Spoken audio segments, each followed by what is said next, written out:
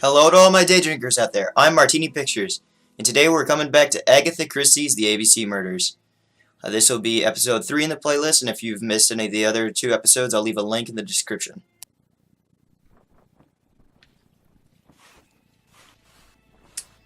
From where we just left off, we went through the examination of the crime scene in Bexhill by the Sea. This is murder number 2, and we're heading back to our home in London to hopefully prepare for Back to London. The end of the to do here. Case. Hopefully.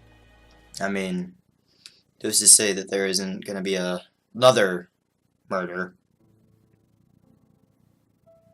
Jap has decided to reveal details to the press. The alphabet murder is now famous.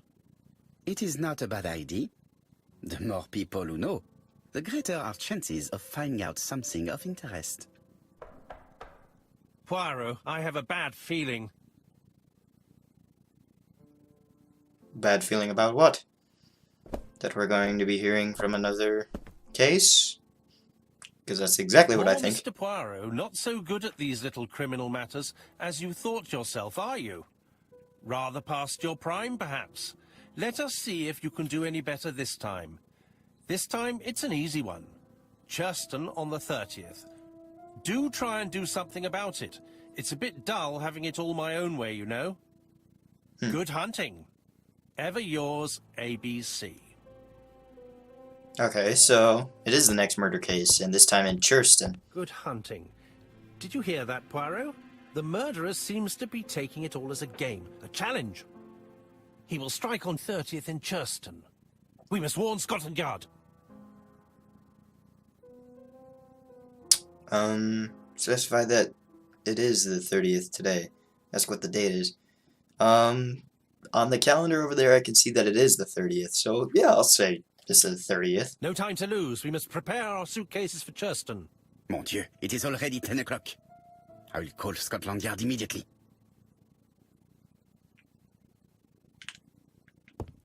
Oh, hey, there's something down here. It's probably the piece of mail, though. Miss Hastings tore the envelope.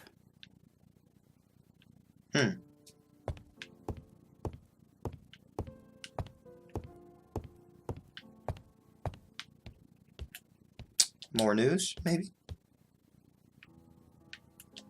Daily Flicker, July 30, 1935. ABC affair, no progress. The alphabet murderer is still on the run. Ever since the police found the connection between the Bexhill and Andover affairs, the inquiry has barely progressed. Well, I mean, in this issue, there was we no... are publishing provocative letters sent by the killer to Hercule Poirot. Unfortunately, they have not yet helped to find him. I mean, this guy is actually quite smart for not leaving anything behind. July the 26th, 1935. The Bexhill Horror. Young maid strangled on the beach. Killer struck at midnight. Alright, that's it.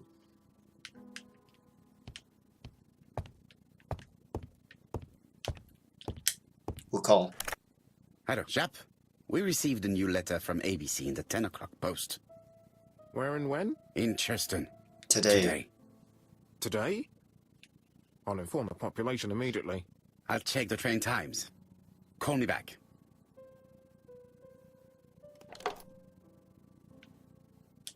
It is not a good time.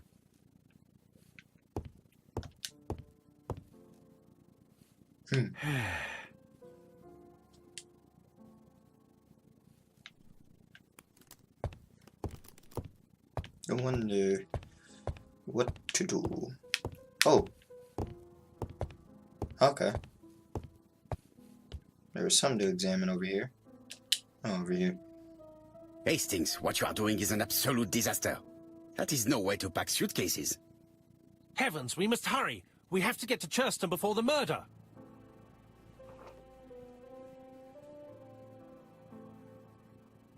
It is an emergency. You're right, Hastings. It is an emergency. At last, Poirot, you're being reasonable. Poirot, you were right. Right about what? I've just consulted the ABC guide. There's no hurry. The next train doesn't leave till 11:45. You see, there is no need to hurry. We will not be in Churston until tomorrow morning, after the murder. But why has the murderer warned us so late? It's not what he usually does. Did he do it on purpose? Very good question, Hastings. We should also compare the letter we have just received with the other two. Although I have very little doubt about what we will find. Okay, so just like the other two letters, we're checking to see if they're similar.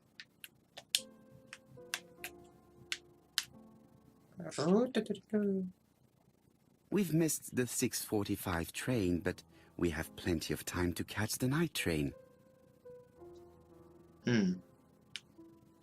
What's over here? Hastings hunting. Hastings' photo album. He is very proud of his bag. I thought I saw a tiger in there. Aren't they illegal to hunt?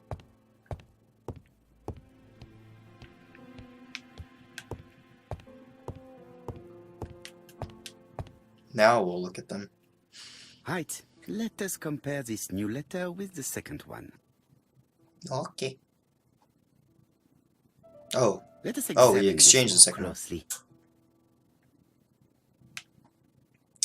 And the eyes are very... blech. Certain characters in the two letters may have similar defects. Giant. Right here. Yes, this eye is weird. Right, let us compare this with the other letter. Right down here. Nothing to report for these characters. Let us examine another word. It's right here. Yes, There we go. the eye characters in the two letters do indeed have the same defects. I have to find some other similar defects to confirm my theory. The A is a bit tilted. Yes, the A appears to be quite unusual. Right, let us compare this with the other letter. The only A over here would be down here where he signed it. That's right. The A characters in the two letters do indeed have the same defects. I have to find some other similar defects to confirm my theory. If I remember correctly, the W is always messed up. The W is not printed properly. Right. Let us compare this with the other letter. W. Ah, here we are, down here. Of course, the W characters in the two letters do indeed have the same defects. My theory was right. These two letters were written with the same typewriter. Let us now try and get our brain cells to work. Alright.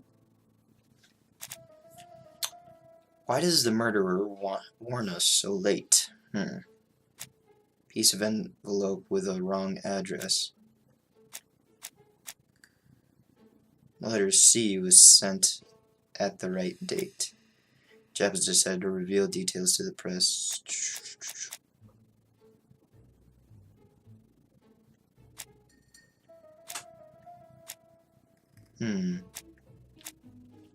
Possibly this. The letter arrived late because it was an error at the wrong address. The letter should have arrived in time. The postmark shows that it was sent 3 days ago. However, our man made a mistake in the address, which explains the delay. All the same, the post office took their time correcting the error. Come on, Poirot. Your address is not quite as well known as that of Scotland Yard. Poirot, the telephone. It must be Jap. Actually, I thought Scotland Yard was one of the numbers that you weren't ever supposed to actually know of.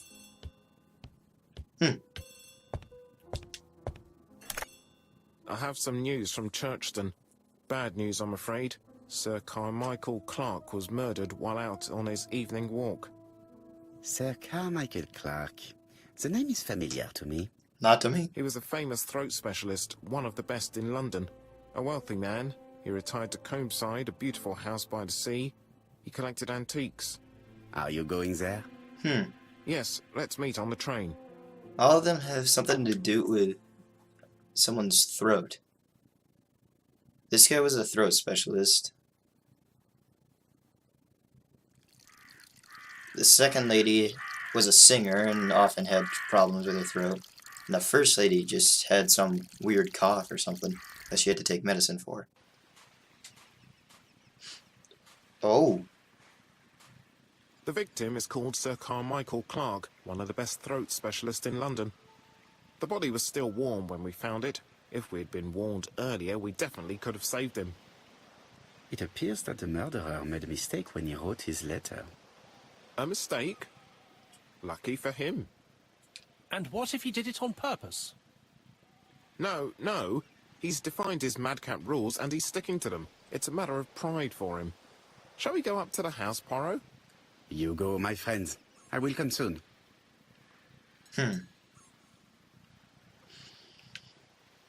Oh boy. Let's look at the mat that's over Jack here. has emptied the victim's pockets and has laid out their contents on this piece of wax cloth. Looks like a ring. Oh, it is a ring. A signet ring, very probably with the Clark family's coat of arms. I can hear some goat in the distance.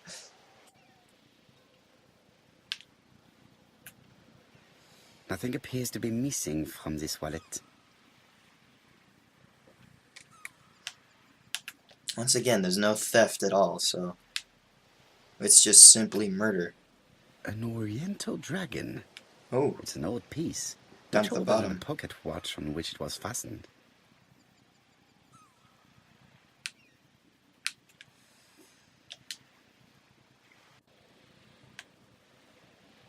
It is pointless. there was just 3 keys there. Okay. Nothing important.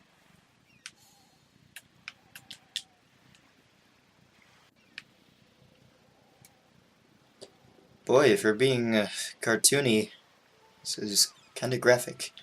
The gravel on the path has been sprayed with blood that covers a conical-shaped area, which starts at the body and becomes wider as it moves further from the bush. Sir Carmichael's throat was cut. It's a clean incision, a professional murder. Again, with this stupid guy. Oh, An ABC guide. The murderer's customary signature, covered in blood this time.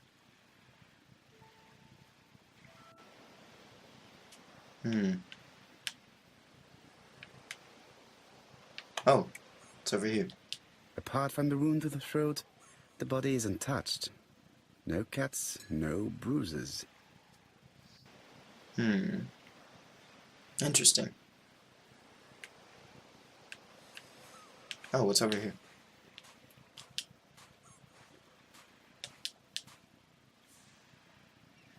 This place is very calming. Oh.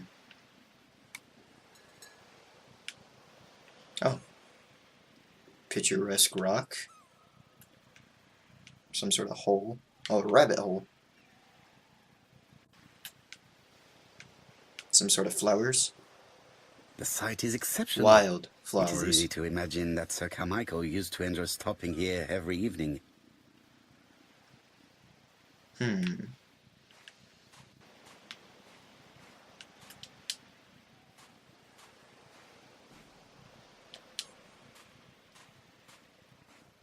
The body is just in front of a bush. One of the only bushes in the surrounding area. Must have used cover to escape the murderer. Oh, is this the end? I can't go any further? Okay. I'll just head back then.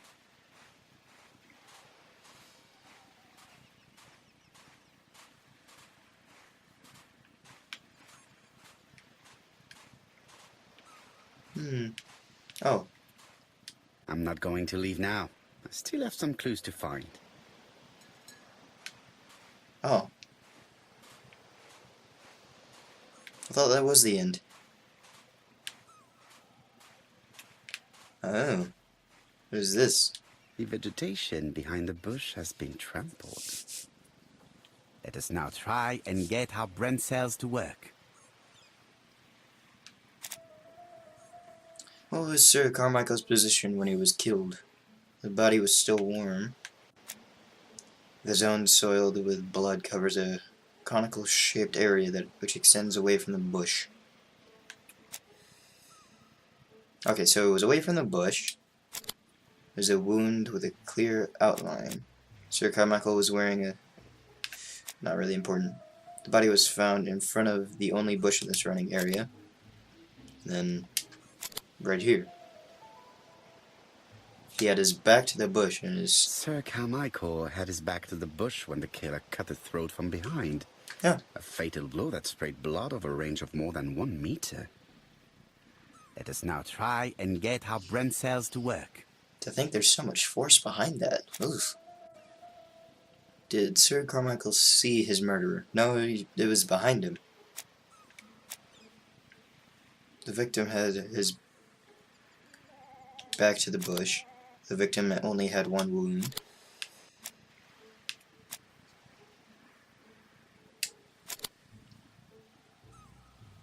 Yeah, he was killed and then probably set down on his back. So he might have seen the murderer in his fleeting moments, but... Chief Inspector, many questions remain unanswered, but I am certain of one thing. the murder was carefully planned. The killer has prepared his crime very carefully. Quite right. He must have known Sir Carmichael's movements well to plan such an attack. Theft could be the motive for the crime. No, nothing was ever taken, so it was just straight up murder. With terrible savagery. Yes, blood flowed. It's the first time he's attacked a man. He armed himself accordingly. Have you spoken to the victim's family, Chief Inspector? I've spoken to the brother, Franklin Clark. I didn't get much out of him. He's yours. I must get the body removed. Okay, now I can leave.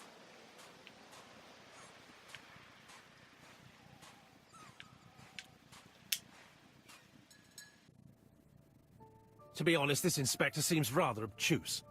I'm counting on your friend Poirot to catch my brother's murderer. Ah, here he is now. Please, Mr. Poirot. Mr. Poirot, this is my brother's secretary, Miss Thora Gray. Pleased to meet you, Mr. Poirot. Would you like some tea? No, thank you, mademoiselle. I find it hard to digest. No one's gonna say anything? It is not the right time. Hastings does not like very hot tea. He's going to blow on his cup for a good while before drinking.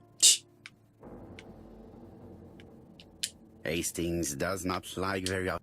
I didn't click on him, I was clicking over. There we go. There is something very viril about him. Something about his eyes, definitely. Well, this red dot for sure, but well-fastened necktie, the way he's... Broad shoulders. There is something very viril about him. Something very close over here. Franklin Clark is an adventurer, the sort of man that women like.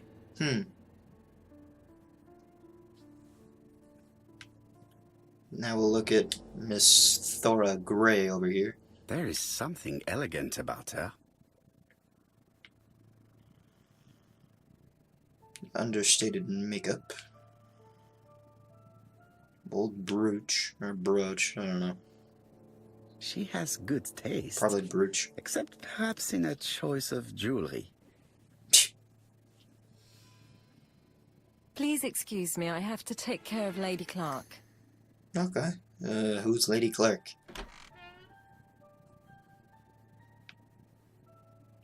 I'll just talk My to him brother's there. wife is gravely ill.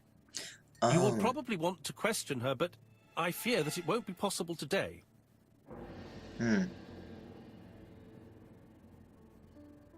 Accuse him of preventing Lady Clark from speaking. Be understanding. Yeah. Of course, I understand. Someone set a trap for your brother. Who was familiar with his habits? Everybody knew he took his evening walk at 8:30, and that he always followed the same path. Point out that Thora is a suspect. Point out that Franklin is a suspect. Ask if the villagers knew. And did people of the village know Sir Carmichael's habits? I don't know. It's possible. What were you doing last night? After dinner, I went to my bedroom. At 11 in the evening, the telephone rang. It was the police. I went to look for my brother. Ask if it was a dark night. Ask what his favorite book is. I'm asking if it was a dark dark. night? It was a new moon. I took a lantern. So it was you who found the body. Yes, along with the gardener. Have you seen any strangers around the house recently? No. As far as I know, nobody has been near the house. Miss Clark. Oh, Lady Clark must have fallen from her chair. I have to help Miss Grey get her up. Very ill, Hastings, I'm while guessing. our host is gone, let's examine the drawing room. But, Poirot, a gentleman shouldn't... I take full responsibility. All you have to do is to leave the drawing room door ajar and let me know if anyone is coming. Okay.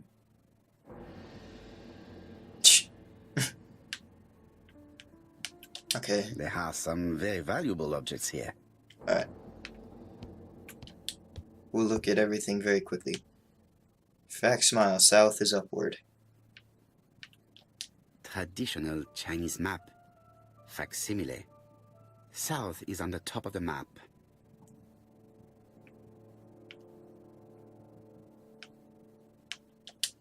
Well, now there's stuff on this table over here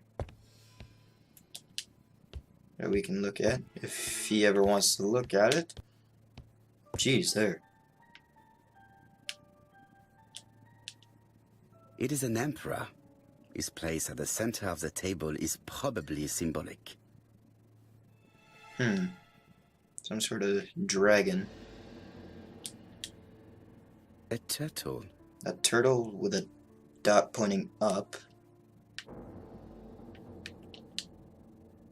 A dragon. Dragon with a dot pointing maybe to the right when at the main dragon. A tiger. Tiger with a dot to the left. A crane? And a crane pointing downward.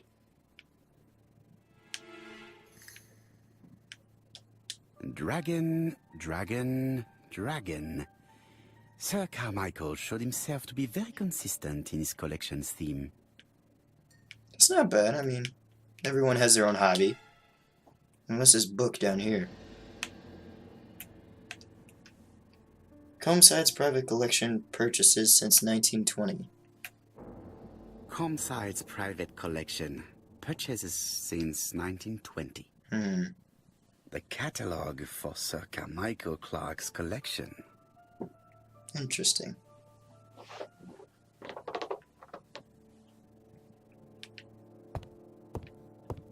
We won't be heading down. No, there's too much to look at. Oh, seems to be a puzzle here, so I guess I'll see you in a little bit.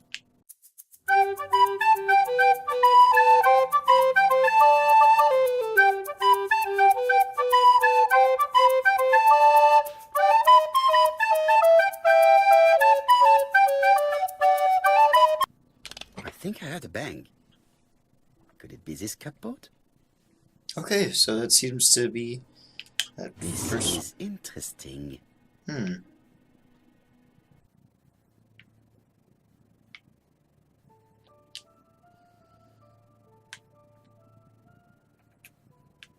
Ernest Logan, MD, Brighton Cancer Institute, 201 Dusk Road, Brighton, Sussex.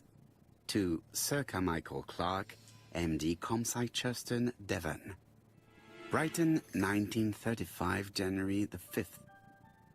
As a man of science, I owe it to you to be completely frank. Lady Clark, your wife is suffering from a generalized terminal cancer. I confess I didn't suspect anything like that during the first exams. But with the test results I have received today, there is unfortunately no place for doubt. I estimate that Lady Clark's life expectancy is no more than 1 year. Oh. Hospitalization would not help in her case. So I advise you to keep her at home and provide her with as much morphine as required to ease her last moments. Yours sincerely, Ernest Logan. Poor thing. These daggers are only ceremonial weapons. I do not think that a crime weapon is here. Although there is a missing blade. Here's Miss Grey. Oh, gotta act natural. Sorry to keep you waiting. Lady Clark's condition requires regular care. I believe you want to ask me a few questions. Indeed, mademoiselle. That's fine, yeah. Yeah. This porcelain is remarkable. Is it old?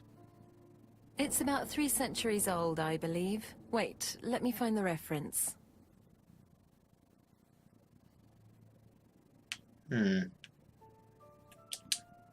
Now is the time to look her over. She appears to be very flustered. Bright eyes. Partially removed lipstick. I think she's like breathing heavily or something. She's unable to hide her emotion, and her makeup has been disturbed. I think that this young woman has just been kissed. Here? Teapot with black dragon, Gangxi period, end of the 17th century.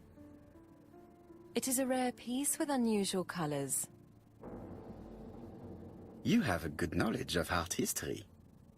Acquired while working with Sir Carmichael. I used to help him manage his collection and choose his new acquisitions. Okay. Ask if he gave her gifts. Ask what her relationship was with her employer. Ask if she was embarrassed to be at the service of an elderly man.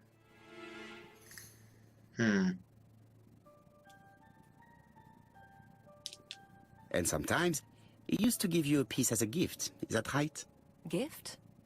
What do you mean? Mention the Chinese teapot. Mention her medallion. Mention her brooch. Yeah, it's missing. I am referring to your brooch. This old brooch? Mademoiselle, you know perfectly well. I am talking about the magnificent brooch you were wearing earlier. Yes, you're right. Sir Carmichael did give it to me. He valued my work. How could I refuse? He would have been offended. Accuse her of opportunism. Ask why she does not wear it. Ask if the gift annoyed Lady Clark.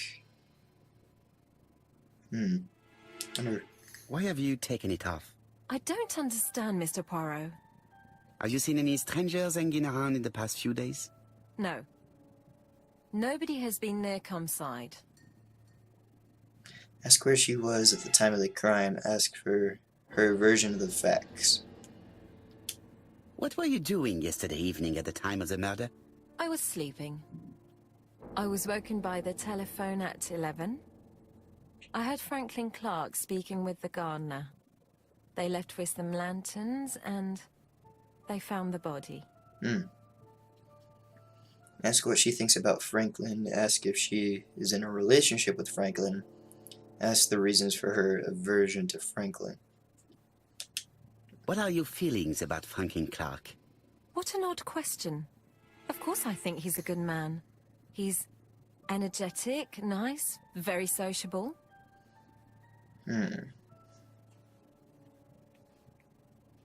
Miss Grey, if I may be so bold, please do not take offence. My friend has rather unusual methods, but all he wants is to find the murderer.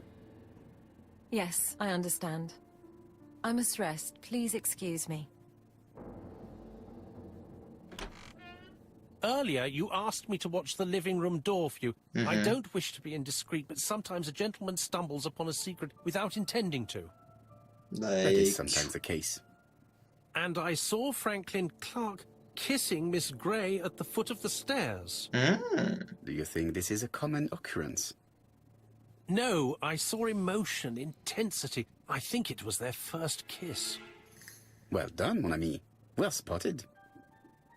However, I don't think I completely understand this business. Why did Sir Carmichael not defend himself? He appeared to have been active and strong. The murderer did not give him a chance. Let us try and reconstruct the scene. Okay. Yeah.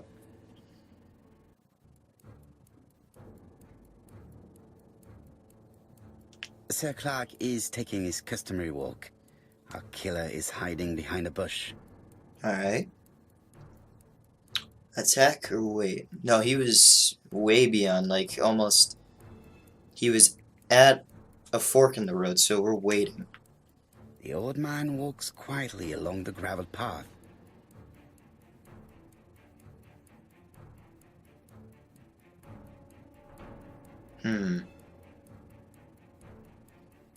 If we wait too long, that might not be right.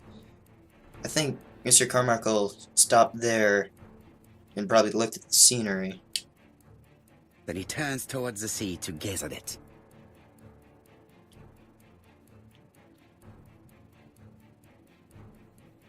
Attack from the right, attack from the left. Well, the only way to go is from the right. The killer leaves his hiding place on the right-hand side. He approaches silently over the grass. The only thing that was cut was his throat. Why is that even an option? Then he throws himself on his prey and cuts the poor man's throat. Ugh. He then lays down the ABC before leaving. It was open, though. It wasn't like that. Everything appears to match the crime scene, mon cher Hastings. That is exactly what happened.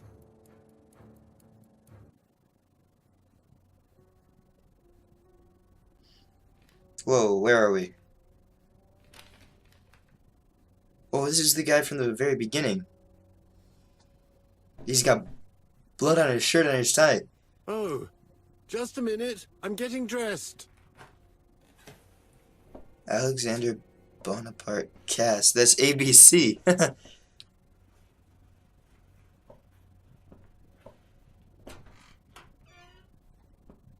Mr. Kirst, have you recently returned from Churston?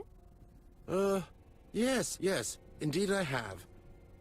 Have you seen the papers? And to think that you might have rubbed shoulders with the killer. Imagine that.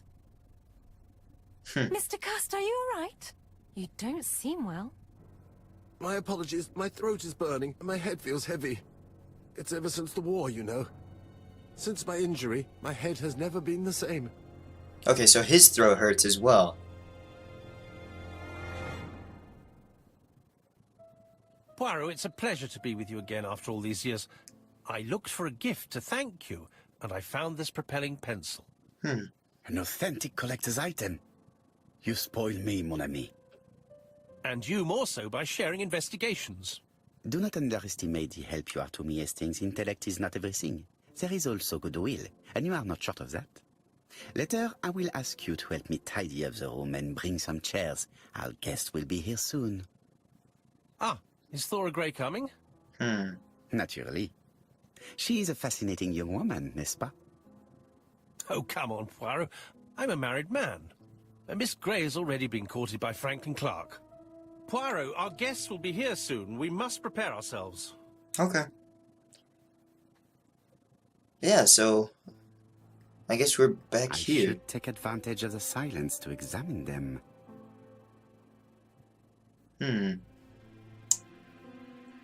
You've just got a modifiable object. For this, select the object in your inventory, observe it by pressing the triangle button and R1 button. The modification icon only appears when modification is possible. Okay. I'm guessing it's the pen that's supposed to be modifiable. You know what? Actually, I'm gonna stop it right here. Alright, so we learned quite a bit in this episode. We know that the third victim is obviously the C's in an area with a name with a C.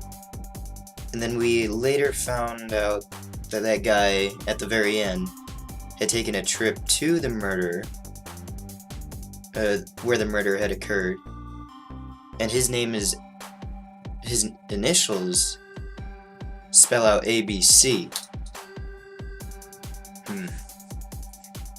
I think we're on the right track, but I feel as if like there's still something missing. That, like, obviously we know that he's somehow connected, but Poirot has no idea because he's never met this person. Just because of the cutscenes that we're able to see, we know that he's somehow woven into this tale of murder.